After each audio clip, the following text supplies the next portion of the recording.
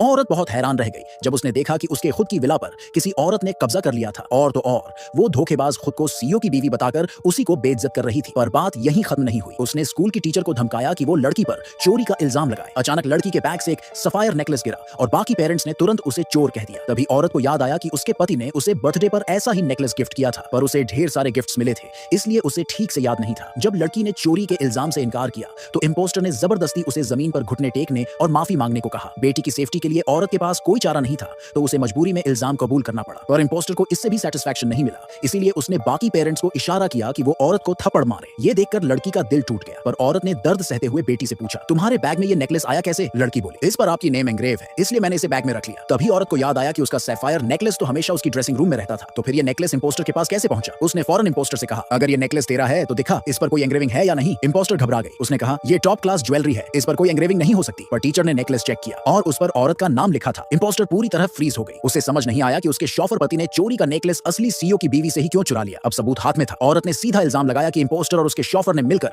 उसकी कार की चाबी और नेकलेस चुराया। फिर उसने पूछा, आखिर तुम दोनों का रिश्ता क्या है? इम्पोस्टर डर गई। उसने कहा, मैं इस शॉफर को जानती भी नहीं, पर उसका बेटा बोलने ही वाला था कि शॉफर उसका बाप है। तभी इम्पोस्टर ने झट से उसका मुंह दबा दिया। फिर सबके सामने उसने ऐलान कर दिया कि उसका पति ही सीईओ है, वो विला और कार उसी के नाम पर है और नेकलेस को लड़की ने चोरी करके उस पर खुद का नाम खुदवाया है। ये सुनते ही बाकी पेरेंट्स ने औरत को फिर दोषी ठहराया। उन्होंने कहा, इतने महंगे नेकलेस पर एंग्रेविंग करवाकर इसे बर्बाद कर दिया। इम्पोस्टर हंसते हुए बोली, तू तो इसे अफोर्ड भी नहीं कर सकती, पर तुझे इतना पसंद है ना, तो ले ले। पर जैसे ही औरत नेकलेस लेने आगे बढ़ी, इम्पोस्टर ने उसे जमीन पर गिरा दिया। औरत को नेकलेस से ज्यादा उसकी इज्जत की परवाह थी, पर यह उसके पति का गिफ्ट था, इसलिए उसने झुककर उठाने की कोशिश की। तभी इम्पोस्टर ने उसके हाथ पर पैर रख दिया। तेरा पति तो एक मामूली मजदूर है, मैं चाहूं तो इसे फेंक भी दूं, पर तुझे कभी नहीं दूंगी। मां की चोटिल उंगलियां देखकर लड़की का दिल टूट गया। उसने फौरन अपनी स्मार्ट वॉच से अपने पापा को कॉल किया, पर इम्पोस्टर के बेटे ने वॉच को जमीन पर गिरा दिया। भीड़ ठहाके मारकर हंसने लगी। उन्होंने कहा, तेरा बाप आ भी गया तो क्या करेगा, वो तो एक मामूली एम्प्लॉय है। पर सीईओ ने कॉल पर सब सुन लिया था। उसने तुरंत अपने असिस्टेंट को कहा, ड्राइव करो, अभी इसी वक्त विला पहुंचो। उधर एक पेरेंट ने इम्पोस्टर को खुश करने के लिए औरत को बाहर निकालने की कोशिश की, पर औरत ने उसे जोर से धक्का दिया, जिससे वो एक महंगे फूलदान से टकरा गया। इम्पोस्टर ने इसी मौके का फायदा उठाया। उसने चिल्लाकर कहा, देखो, इसने सीईओ के प्रॉपर्टी को नुकसान पहुंचाया। पर औरत को कोई फर्क नहीं पड़ा। उसने कहा, मुझे नहीं पता तेरा पति कौन है, पर अगर मेरे पति ने धोखा दिया तो मैं उसे खाली हाथ बाहर निकाल दूंगी। फिर उसने पूरे आत्मविश्वास से ऐलान किया, मैं ही असली सीईओ की वाइफ हूँ। सब दंग रह गए, पर कोई यकीन नहीं कर रहा था, बल्कि सबने ये मान लिया कि वो सिर्फ सीईओ की रखेल है।